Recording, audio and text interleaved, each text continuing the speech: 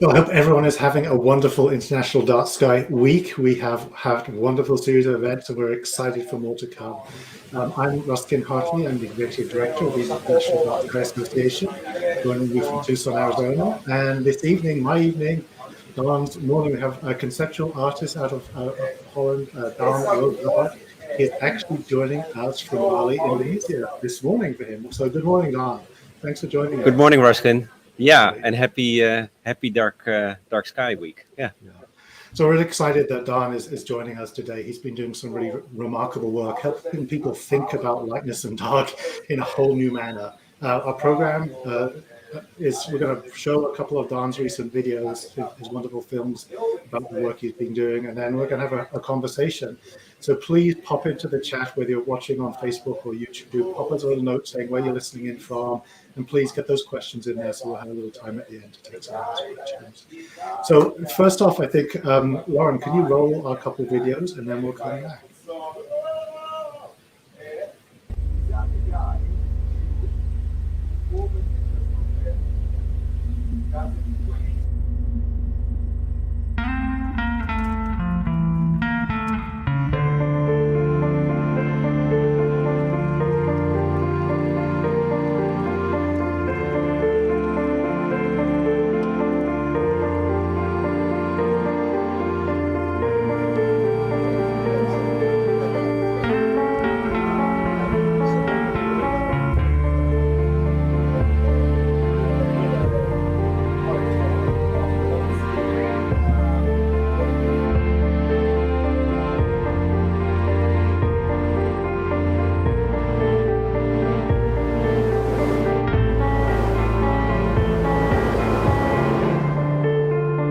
It's just like we're laying on a starry night.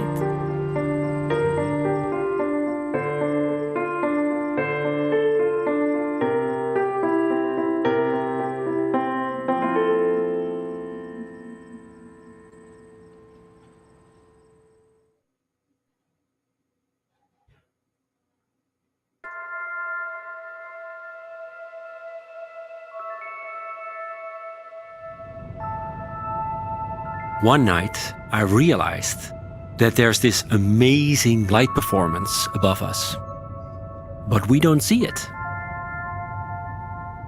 It is hidden in our sky.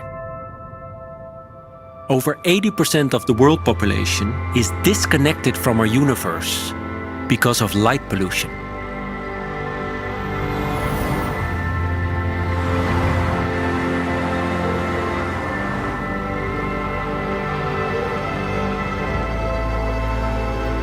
To bring back the stars, I ask an entire city to switch off all their lights.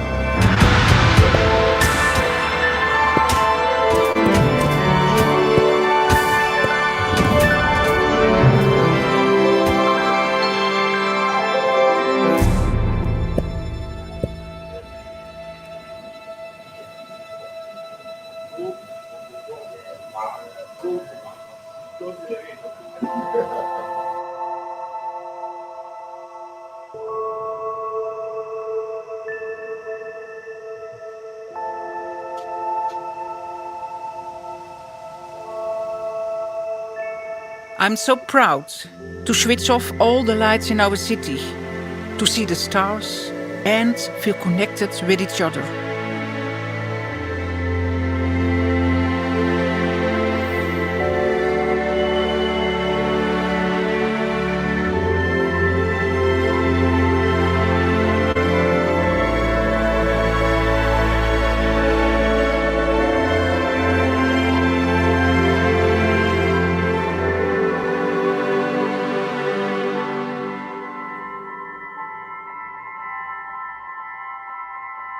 Everybody should have the right to see the stars.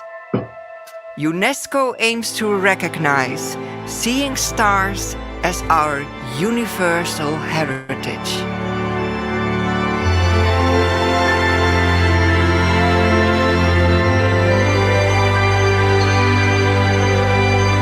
Seeing stars is one switch away.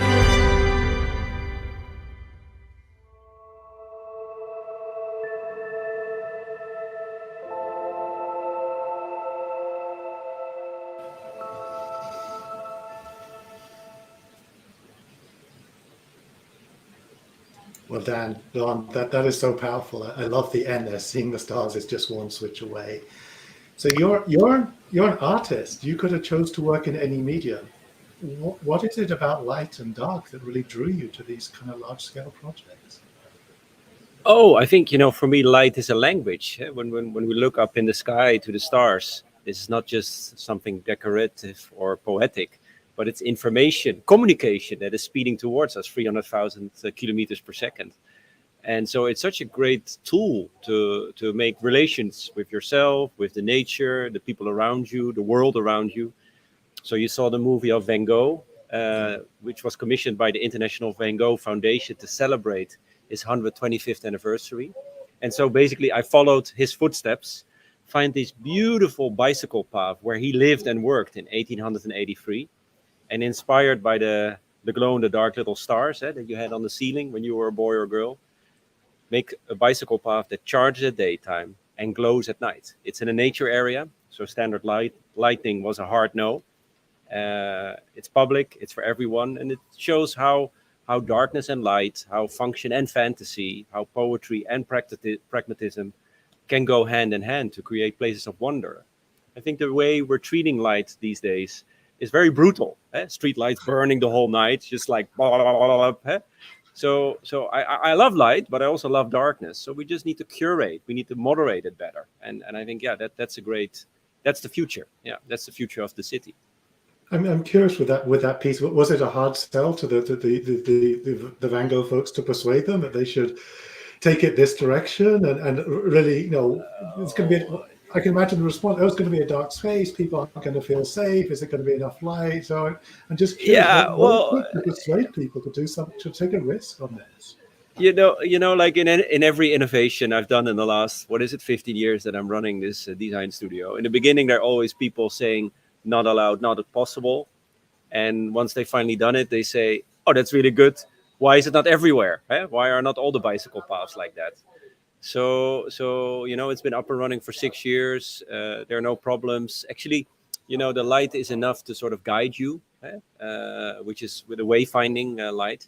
The only disadvantage is that people like it so much, they start laying on the ground to be surrounded by the stars, and then the bicycle comes. So we literally had to hire somebody, please don't lay down on the bicycle path.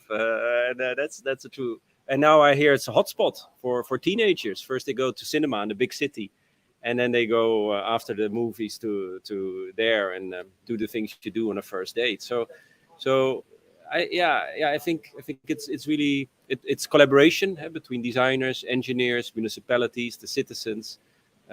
So ideas are easy, but to execute them and make them perfect is difficult. And the same with the Seeing Stars, the movie you saw after that. Simple idea, lights off, stars on. Incredibly complicated to execute, because all the citizens have to agree, the mayor, safety checks, entrepreneurs, all the billboards. And so for a moment, to bring back the stars, something that we've been missing only recently in the last 25 years, was really powerful. And now other cities are following. Yeah, it's exciting. Well, I'm curious. I know there's already some questions about how do you persuade your city to do it. But before we go there, what was the spark with this one? I mean, lots of, I think the sad thing today is people are so disconnected that there's a whole generation that's growing up that don't even appreciate that there's stars overhead. So what was the spark that led to this incredible piece of installation art? Well, Ruskin, I think we live in a world where we, including myself, sometimes feel so disconnected, right? From ourselves, from our friends, from the world around. It's very confusing. Climate change, war, COVID, and like my students say, our future is frozen, right? We're not allowed to do anything anymore. There's no real hope. And I think that's really that really worried me, and that sort of frightened me. And so I always ask, what can I do? I'm a designer, I'm an engineer, I'm an artist. So just trying to create experiences of wonder where we come together and experience something together, which creates a sense of awe and a sense of beauty. We don't really use the power of beauty enough to help people to accept change. Yeah. I'll repeat that one more time. We don't really use the power of beauty to help people to accept change. We talk about numbers. We talk about numbers. We talk about technology. But we don't really talk about beauty these days anymore. And actually, everybody's really sensitive towards it. So, one night during COVID, in the lockdown, the world becomes really small, and people are isolated. I had this sort of boyish idea. What if we just switch off the lights and, have the stars on? And of course, like you guys have been advocating that for many years, and you have Night of the Night and many movements doing that, or Earth Hour. But let's do it even more radical. So that it's not just about bringing darkness back, but bringing the stars, which is another level. And it was this idea. I shared it with my friends, and everyone said, yeah, okay, yeah, nice. But then one morning I realized, no, but I actually want to do this. so I found a mayor. Who said yes, because they in Franeker, in Friesland, in the Netherlands, because they believe in astronomy, they believe in local tourism, they have a search for identity to attract tourism. They knew if we were involved, it would be an international attractive story. So yeah, we did it for one night, and but it's really simple idea, difficult to execute, and yeah, you got to have patience. You got to tell the dream, you got to tell the story, and make people part of that dream. Super important. So can you talk a little bit about the process here? I mean, what you've got this audacious idea. How do you start to move that into action? I mean, clearly you have a reputation for pulling off some pretty outrageous art pieces. Yeah, so you have that in your favor. But what was the process like of persuading the city managers and all the attorneys and everyone involved that we should do this for one night and see what happens? Well, yeah, I definitely put my soft capital for the Seeing Stars project into action, because that was really needed. We have a track record of doing radical projects and making them safe and putting them into reality. So basically, I think I do the same what you do. You have a beautiful idea, you have a dream, which is a personal dream, but it's also a dream you want to share with other people, right? You're not just doing it for yourself. That's boring. And so I called the director of the tourism board of the Netherlands, and Jos. And I said, Jos, he was part of the Van Gogh project as well. So he knew, the impact it has, the local tourism, the entrepreneurs being happy, the proudness, the media attention, etc. And I said, Jos, I have a new idea. And he's like, oh boy. I'm like, yeah. I'm looking for a mayor to switch off all the lights. 10-second silence. Yeah, I'm like, oh boy. Why? Because so we can see the stars again. He's like, I'm going to call you back tomorrow. And so we found a city which is connected to astronomy, where famous astronomers were born, where local tourism is really important, where there's sort of an observatory. So, there were a lot of connection. But you're right, you need leaders with courage. We've done it in Franeker, and now the mayor of Leiden, Venice, Stockholm, Reykjavik, these cities are contacting us. Hey, how did you do that? Can we also do that? Yeah, sure. So you need to have a good team to schedule it, to integrate everybody. It's a community project. It's not just me, it's a community project. But we talk so much about smart cities, right? Self-driving cars, AI, and high tech. But what about seeing the stars again in our street? And why have we accepted that only recently, 25 years, that we've lost that sense of connection? I think that's wrong. And we need to bring that back. Yeah. Well, I'm curious kind of what the reaction is when you were in that town, when the lights started going off and things started dimming down and the darkness started coming out. What was your reaction? You had no idea whether this would work, right? So curious what your experience of this was, and then if you're looking at how others are responding, what was that moment like? Yeah, I remember that feeling, because you're driven by curiosity. But of course, there's also fear, right? Like the UNESCO was there. UNESCO is part of this project. Everybody should have the right to see the stars. The mayor was there. There was a camera team which made the movie you saw, and like potential clients and everything. And then, of course, we really couldn't rehearse it. We could calculate it, but so you're just standing there in the street, and then sort of like, and then lights go off there, and then and then the neighbor closed the curtain, and then book, book, book, book, book. And after 5 or 6 minutes, you're like, whoa, you saw parts of the Milky Way, in that street, right? Like not in the forest or nature, but in the city. And a sense of awe it makes everybody reacts different to seeing stars. Some get really humble, some get a bit scared or overwhelmed. It's very confrontational because it's so primal, right? It's like it does something to us. 500 years ago, we as human beings thought we were the center of the universe, right? And the Earth, everything turned around the Earth, right? The stars and the sun and everything. And then three smart guys, Copernicus, Kepler, and Galileo came and said, like, no, the Earth is turning around the sun, right? And nobody really liked that idea. We know that this is true now. We had to change our perception. And we live in a world where we have to change our perception again, right? We cannot control nature, right? Climate change, rising sea level, viruses. So we have to find a new harmony, and bringing nature back, right? Bringing the stars back is saying, hey, but why do we think we can control that or we can overrule that? That's wrong. And it's about changing that perception. So for me, it was a very intimate moment. I'm glad it worked. and and based on that, now we are a bit more sophisticated with star scientists in Leiden. They have a star like a university. We can really calculate, like, okay, how big is the area we can switch off, increase amount of stars, what happens with clouds and bad weather, so we can predict it with more certainty. As of course, this will be large-scale events that will attract 10,000 of people. But yeah, it requires a sort of humbleness. You know, nobody owns the stars. You cannot control the stars. So you gotta live and learn with nature, not trying to dominate it. That's just not how it works anymore, right? Yeah, I think it's so well said. I mean, there's that opportunity to bring a piece of nature, actually the biggest piece of nature, which is our view of the universe, back into the middle of a large city if we're prepared to take, let's admit, some pretty radical actions in this case. No, I know, and I think. And I think we all have a right to see the stars, right? I think we have a right to see the stars, right? Like in the same, we should have a right for clean air or clean energy. That's my personal opinion. So you have a right, but rights also have a problem. Like, I have a right, and then you start to fight. But you also have a role, right? You have rights and roles. That's how it works, right?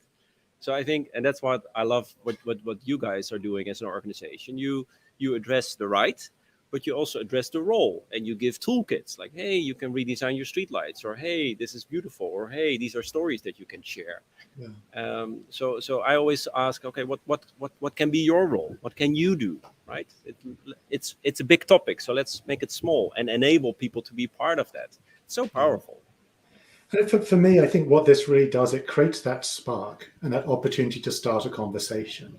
And certainly for IDA, the answer is not either turn off all the lights and plunge us into darkness, or light the world, but that there's a place that we need to. You talked about beauty. I think partly the dark sky movement is probably guilty of talking more about the parameters. You just need to point the light down. You just need to choose the right spectrum, as opposed to leaning into the beautiful aspects of lighting. So well done lighting is beautiful. We respond to it balancing. And it tends to have an awful less, it tends to be safer, more comfortable with our eyes, enhances visibility, and reduces light pollution. So I think that's the opportunity going forward is, yes, this is a wonderful moment that some cities will be able to pursue, but we have to, I think, move away from this presumption that we either have light or dark, and actually, we have an awful lot of bad light out there, and what we need is better quality light in the right times. And we have, excuse my French, but we have bullshit light, unnecessary light, and we have functional light, but 80% of the light you see at night is BS light. Is like gas stations fully lit when they're closed, billboards when nobody's there, and so we're 100% open to collaborate with people who are watching right now, with cities or citizens, to share our experience, how you can make seeing stars in your own city, and how we dealt with safety and how we convince the government and all these things. But at the same time, and I think you mentioned that very correctly, that's okay, 1 day per year, that's great. But what about the other days? And that's about policies and redesigning your streetlights and maybe smartening them and creating it into an experience. And, the stars are there forever, and they have been there for millions of years. So what is also interesting, is like we've always been promised a time of abundance, about technology, more. But now we wake up and realize we live in a time of scarcity, of less resources, less money, less. And so in a way, by in a beautiful way, controlling and moderating the light, you do less. You reveal, you remove, and you get something back in return. So it's sort of showing the beauty of less light, of less energy, and adding something more. And I think that's the new future we're gonna live, whether we're gonna like it or not, right? Yeah. There was a report that came out earlier this year, actually from the Department of Energy here in the United States, and part of the executive summary, they actually mentioned that 99% of light serves no useful purpose, because the purpose of really? light, it has to hit an object and come back to our eyes to serve a useful purpose. And if you use that definition, 99% is wasted. So wow, that makes me sad. That makes me sad. I didn't know that. Wow, that's sad. And the other estimate was something like $15.3 billion a year could be saved in the US alone if we just use light responsibly and thought of it as a sensitive resource. So and I think you exactly and but again, these numbers don't really change people. So I really believe by combining different sectors. So like the Van Gogh, the Seeing Stars, it's innovation, it's tourism, it's local entrepreneurship, it's government, it's RS. So we tap into all those disciplines and all those fundings and all those agencies in a way. So it's really about thinking in these crossover collaborations to make it happen. But you're right. I hope that in, let's say, what shall we say, Ruskin? In 20, 25 years, we'll have our grandchildren will say, "Oh, what did you do when you were young?" I say, we went to cities to see the stars and remove light pollution," and that the child will look at us like, "What's light pollution?" Like it's outside our thinking. Like, of course we don't do that, but until then, as you just mentioned, there's still a lot of work to be done. Yeah, I mean, we have the tools and we have the knowledge and resources to be the first generation that can actually turn the tide on light pollution. What we need is the collective will to do it. And I think work like yours, kind of bringing at it from a new perspective, encouraging people to stop and think, a really important part of the growing and evolving Dark Sky movement. Yeah, thank you. So you're invited for in Leiden. Seeing Stars will be September 25th. Everybody's welcome. I hope you can come. And of course, we're 100% open for new collaborations to make it happen. Yeah. But you have some questions. Yeah, I'm not sure. Please, if you got questions for Daan, please pop them in the chat and we can get to those. We're certainly looking forward to collaborate and figure out, like, how can we come up with a toolkit for other people who might want to do this. And then critically, as you said, this is one night a year or maybe one night in the life of the city. We need to figure out what to do every other night so that people can take the inspiration spark and really be part. This, what's so special about this work is everyone has the potential to do something really meaningful, to be part of the solution to light pollution, and you see immediate results. Humans like that immediate gratification, right? It's the easiest pollution to fix. Like plastic waste in the ocean, air pollution, that's complicated. Light pollution is the least difficult. It's not easy, but you know what I mean. It's like you just switch them off in a controlled way, the BS light, the unnecessary light, and you get back the stars. The stars don't cost electricity. The stars are always there. And also, that's important, when we looked up, standing there in that city, you think of this romantic idea, the stars, but it's actually quite dynamic. We saw satellites reflected, we saw shooting stars. We actually almost did not put them in the movie because it looked like Disney, it was so active there. So that image is changing because of Musk and the satellites and so who owns the sky? Who owns what we see? And isn't it weird that this image that has been there for millions of years is altering and we don't really, like who decides what we see, right? And it's sort of a wild west right now. So I'm not against tech and advancement, not at all, but this is our culture, this is our heritage, and that's how we should treat it as a society, not just by some happy individuals with a big bank account. Yeah. Well, so since you went there in the satellite direction, if people not aware of this, there are plans by the end of the decade. There may be as many as 100,000 satellites in low Earth orbit, many of them visible. And there was a paper actually in Nature. And you're going to see them, huh? They're going to be visible. What struck me, this was an article in Nature magazine that was published last week, and these are words you don't normally hear in that type of journal. They said by the end of the decade, not long, there may be so many moving points of light in the sky, 1 in 10 or 1 in 15 of the stars would be artificial satellites, that the sky will look as if it's squiggling and wriggling over our head, and we'll have lost our fixed frame of reference. So the question you pose is really important. Who owns the night sky? Who has the right to use the night sky, to access it in that way? And who has the roles and the agency, and who has the responsibilities to ensure it's protected long in the future? Yeah. But unless people see it and understand that it's up there first, why would they care about this? So, full circle that. So let's create collective experiences. Everybody wants to experience things together again, and we can go to a pop concert or the movies, but we can also come together and see the stars. And from there, from that beauty and wonder, started conversation. Okay, but what do we want from it, and what does it want from us? That's the conversation we need to have now. Now we can still have some kind of impact on it, and make it. Seeing the stars makes you feel connected with yourself, with each other, and the world around you. And especially in a COVID time like this, because we are still in the COVID area. It's not gone. It's no. Like people, oh, it's gone. No. It's so important to have that emotional connection to remain human, and it's not easy. And I've been fighting for both projects so many months, but I think for me it's the only way to go, and I'm super excited that people like you and your organization are also excited about it, because you're part of that inspiration, right? I mean, we've read your work and seen your stories and your push, and in a way that triggers me as well to create new things. So we feed each other. Yeah. Well, this is really about protecting that ultimate commons there, and giving people that experience and recentering them, understanding their role in relationship to all of this, and how insignificant we are. Yeah, and powerful at the same time, eh?